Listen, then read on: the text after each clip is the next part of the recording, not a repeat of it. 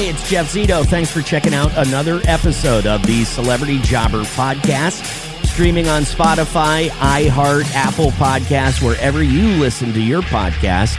So please subscribe. We'll love a 5-star rating, and please leave a review. You can check out past guests and episodes online at celebrityjobber.com. And follow on IG, celebrity_jobber_podcast, and our YouTube channel, which is youtube.com/celebrityjobber. Son of billionaire Shad Khan, who not only has part ownership with the Jacksonville Jaguars and Fulham FC in the English Premier League, but he's also the brains behind AEW, All Elite Wrestling. You know, I had to look this up, but, past guest Kevin O'Leary, Mr. Wonderful from the Shark Tank, his net worth is around $400 million. So this week's guest is my first billionaire. AEW's Tony Khan is my guest this week on Celebrity Jobber. The Celebrity Jobber Podcast with Jeff Zito.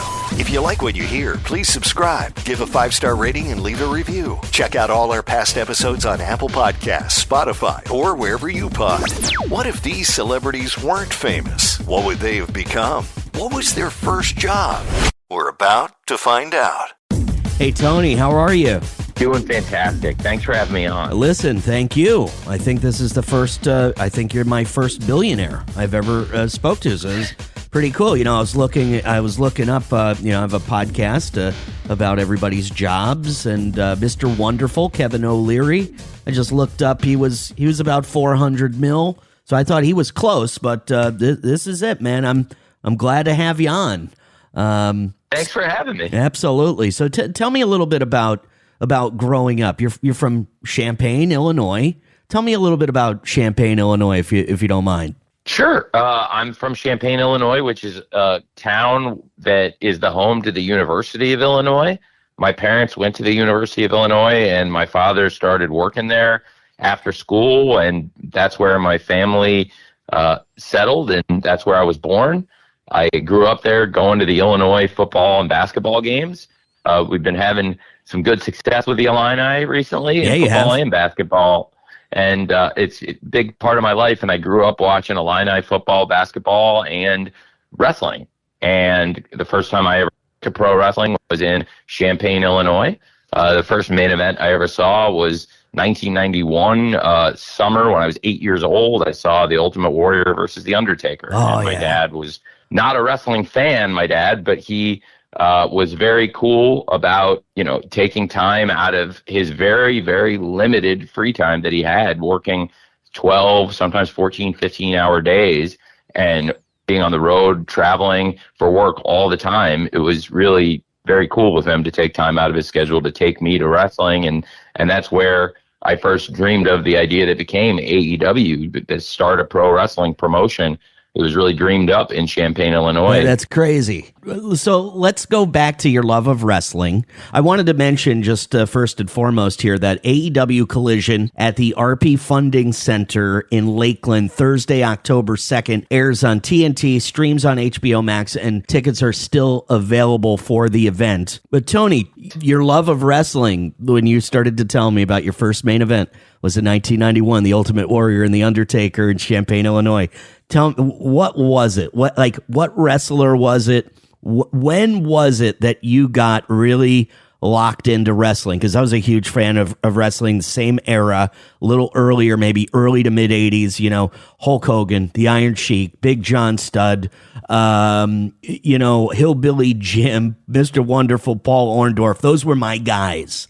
So tell me, who were your guys, and about what time frame are we talking that you really got locked in? Well, that's a great question. I first started watching in 1990, and it was really watching other shows. I'm a child of television. I grew up with a TV in my room and a satellite dish bigger than the room I'm currently in, like a satellite dish bigger than my kitchen when I was a kid, that we could pick up basically anything in the world on. And I started watching wrestling having seen Sergeant Slaughter as the host of G.I. Joe. Okay. He was the live action host, and he was also a character in G.I. Joe. And I also watched the A-Team. I had seen Hulk Hogan on the A-Team. And I saw that they were actual people on a wrestling show, Hulk Hogan and Sergeant Slaughter both. So I started watching it and really gravitated towards it. And it wasn't any one wrestler or part of it that really brought me in. It was the whole thing. I got very excited about it.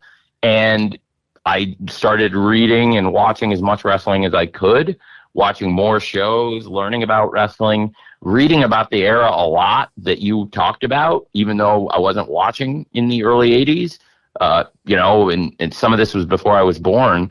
I became a real student of wrestling history as a kid, and I still am, always studying the past and trying to learn about classic wrestling and classic wrestlers and classic matches. And today with AEW, it's really amazing. I've been able to work with so many of my all-time favorites, and I would say at the top of the list, you would have Ric Flair, Ricky the Dragon Steamboat, Great. Steve Austin, who I've never gotten to work with in AEW, but I was on the Steve Austin show. He reviewed the very first AEW pay-per-view 6 years ago. He was incredibly complimentary, and I think he's the greatest wrestler of all time, Steve Austin.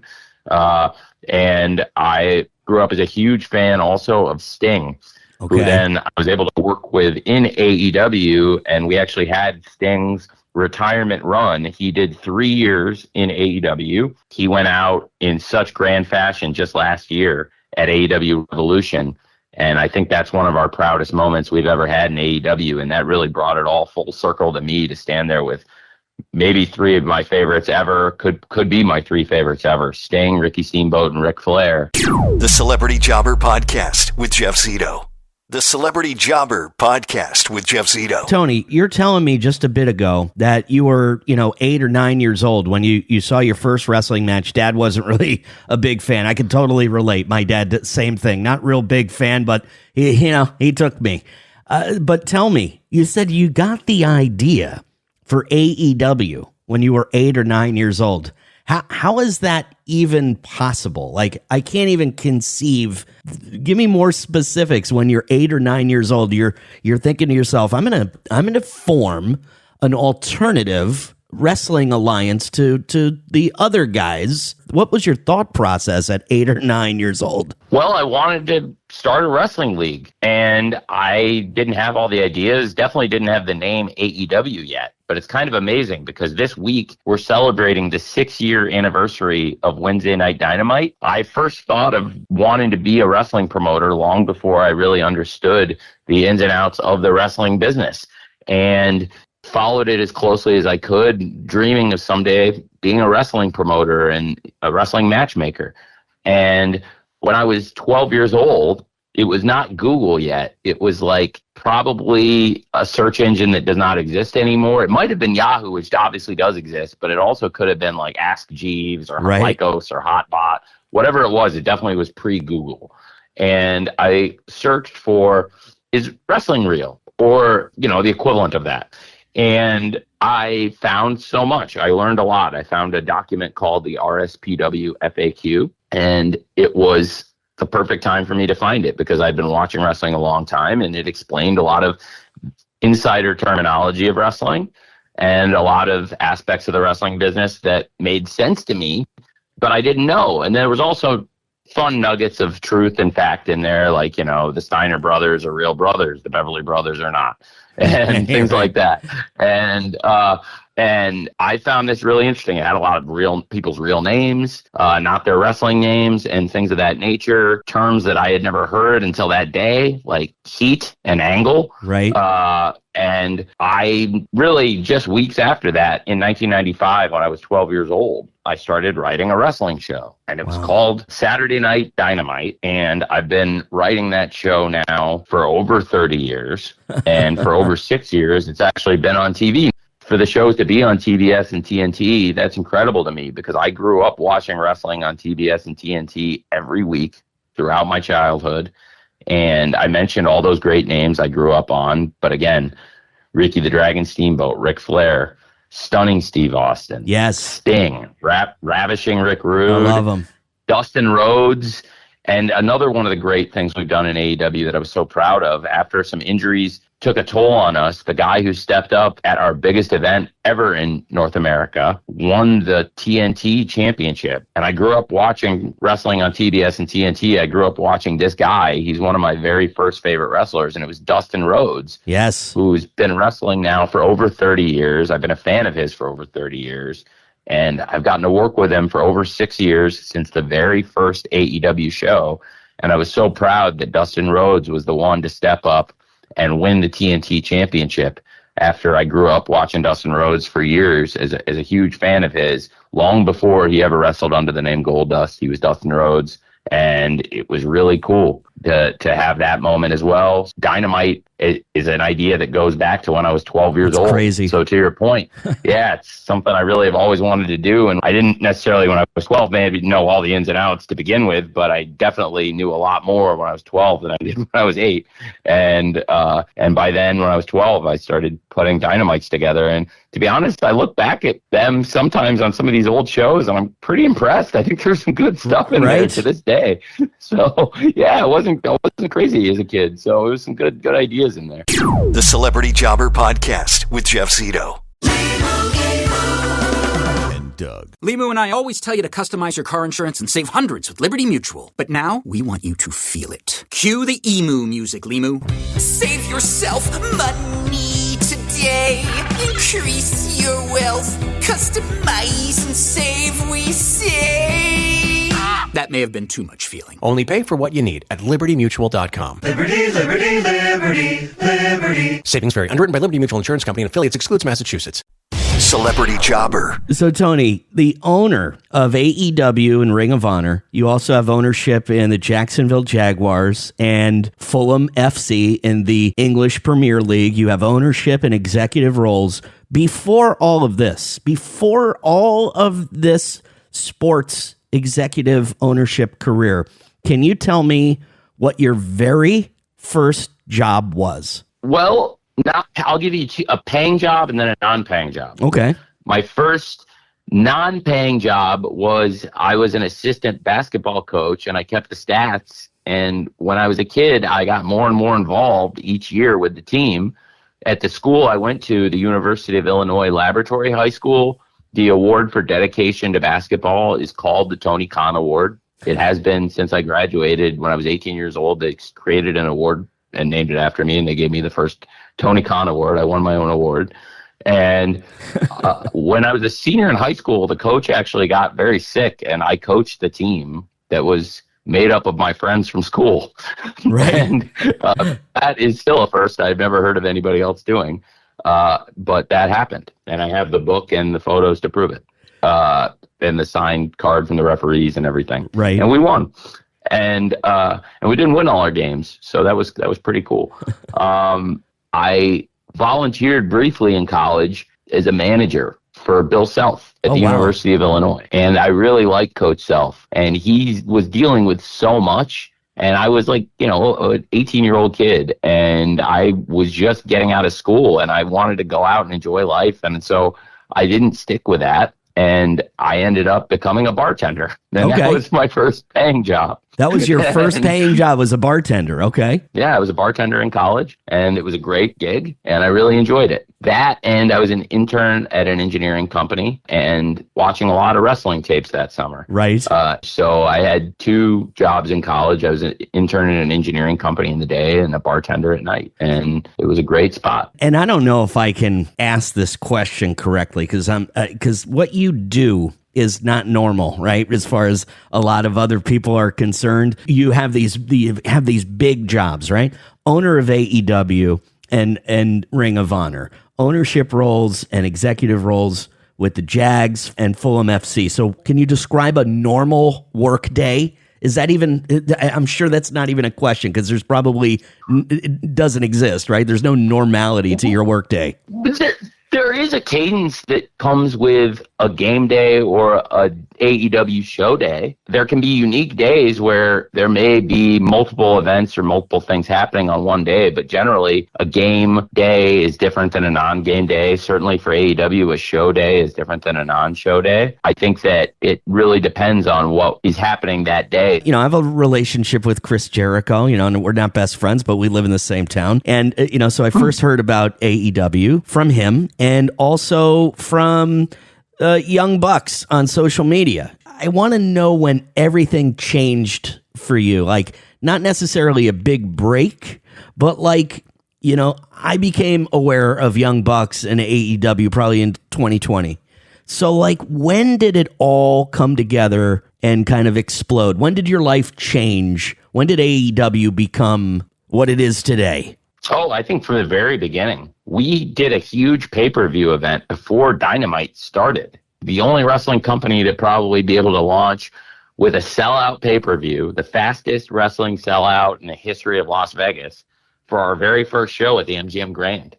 And it was completely built off of kind of like what you said. It maybe a year earlier than you said, though, in 2019, we announced we launched AEW.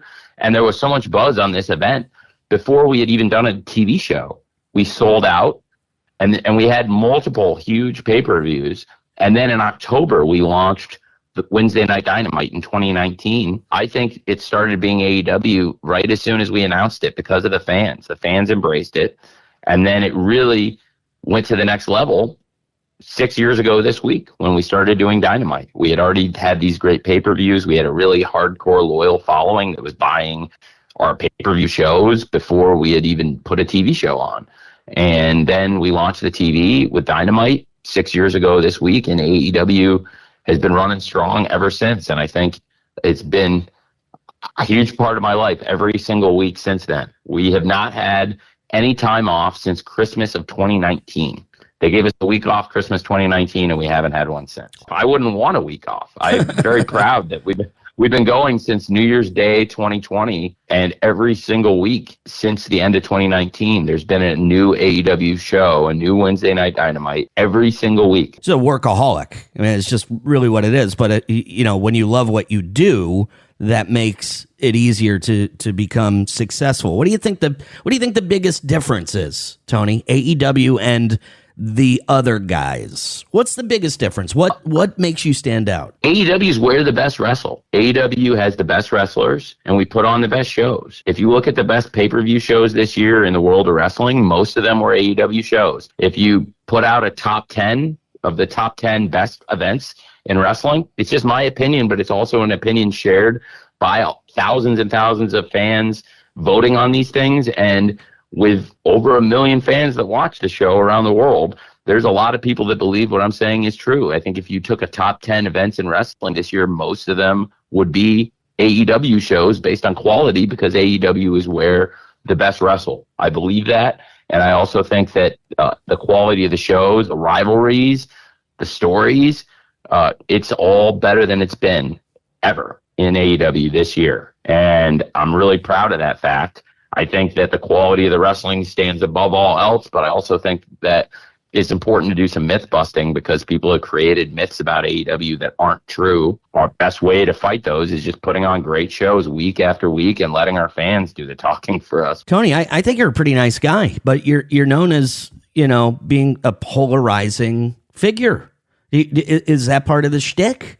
Are you polarizing? Is that what you're trying to do? Because I don't see it. Well, I appreciate that. I think I am just a genuine person. I do work really hard, and it's a lot of fun in wrestling. So it's fun work. And if you enjoy what you do, it's a great blessing. So I've heard that, but I also think that a lot of that goes back to myth busting. And I used to kind of fight that stuff and push back against it. And this year I've just been a lot more laid back about it, and I let it come to me, if that makes sense. It does. I just don't push back or say the things as much anymore, because the fans do a lot of the talking for me now. And if there's something ridiculous out there, the fans have done a pretty great job of sticking up for AEW this year, I think, because we're doing great shows. And, it's not easy, but if you put out your very best and try your very best, people are going to rally around you. And I think that's what's happened with AEW. and you referred to me as a workaholic. I don't know if that's true, but I definitely enjoy the work in wrestling. If I was doing something else, I might not be a workaholic. The Celebrity Jobber Podcast with Jeff Zito.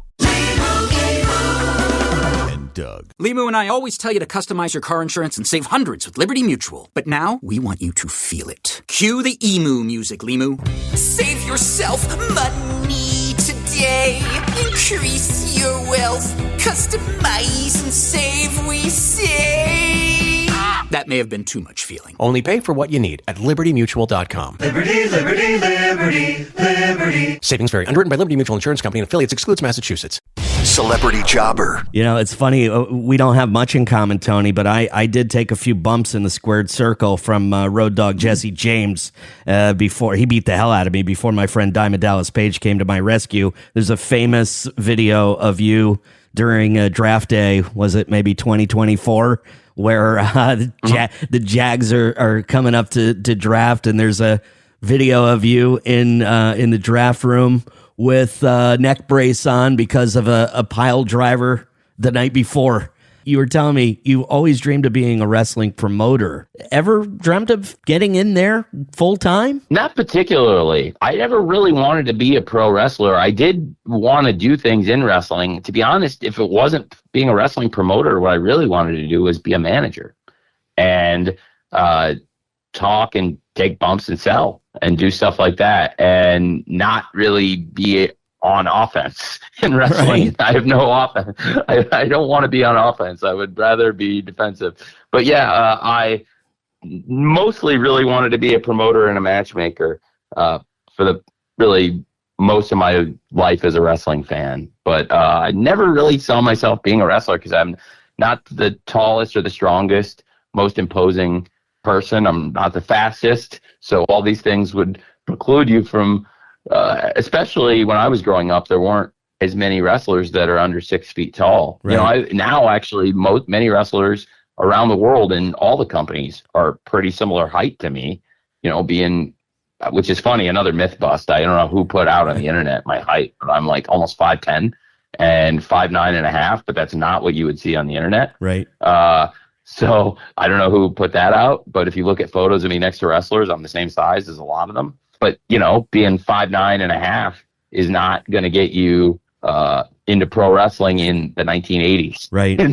It was not as high flying of a business. There wasn't as much focus on the pound for pound. Right. And I saw that change come in boxing in the 90s, but not yet in wrestling, because in the 90s there was more focus than ever. At the 80s there'd been all these great welterweight and middleweight fighters, and then in the 90s and into the early 2000s, going from De La Hoya, Trinidad, Whitaker into, of course, Mayweather, Pacquiao. So many of the top fighters were not necessarily the biggest fighters, and they were commanding as much interest as any. These guys proved that you don't have to be the biggest fighter to draw the most money. Yeah, Cesar Chavez, you make a lot of sense. I haven't really thought about that before, but it makes a lot of sense. Yeah. Did you have any influence, Tony, over, you know, your dad initially was in the automotive biz, made his money there, then got into sports ownership. Did you have any influence over the family? You did. A lot. Tell me. Yes, Tell me a lot. Tell me about it. Well, I'm a really big sports fan, and my dad will say it all the time. He said it to some of the most powerful people in the world, some of the biggest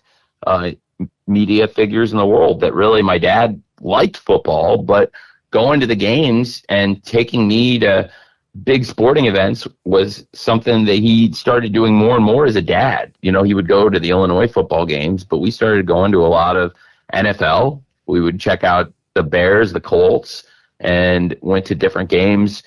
We were college football and basketball fans in our hometown, but then we went to a lot of pro and college basketball. So I would see the Colts and the Bears and the Bulls and the Pacers a lot. And my dad wanted to be in the sports business. And I think because we would talk about it a lot when I was a kid, he was always interested in the business side of the sport. And I do think going to the games, at least from what he said to people, you know, definitely drove him to want to be a sports team owner, because he, as a father, really embraced sports more than he had before he was a dad. He was a great dad, and he didn't have a lot of free time. But when he did, he would take me to games, and he would go to see NFL and NBA with me, and MLB. And then he fell in love with the sports, and that probably happened by just going with you. Yeah.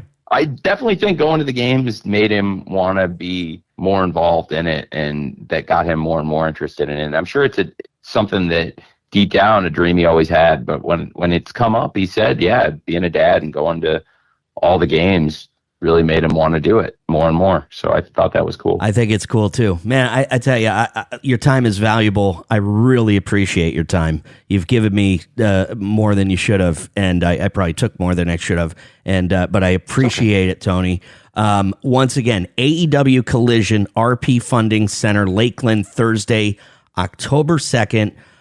Airs on TNT, streams HBO Max, and of course, there are some tickets available. This is the first time AEW is in Lakeland. Again, Tony, great talking to you. I'm a little mad that you took my coach, Liam Cohen, because he was my offensive coordinator here in Tampa Bay. Great coach. He's such a great coach. I see that you guys are having success with him, and congratulations on all your success with all of your businesses, but mainly AEW and Ring of Honor, how you've that has to be such a difficult thing to do when there's a big brand already in place, and you come after the big brand, and you don't only chip away at that brand, you make a big brand for yourself. Thank you for the really kind words about AEW. Thank you, Jeff. And also, I have to say, I think Liam Cohen is fantastic. I'm so grateful for what Liam Cohen's doing at the Jaguars.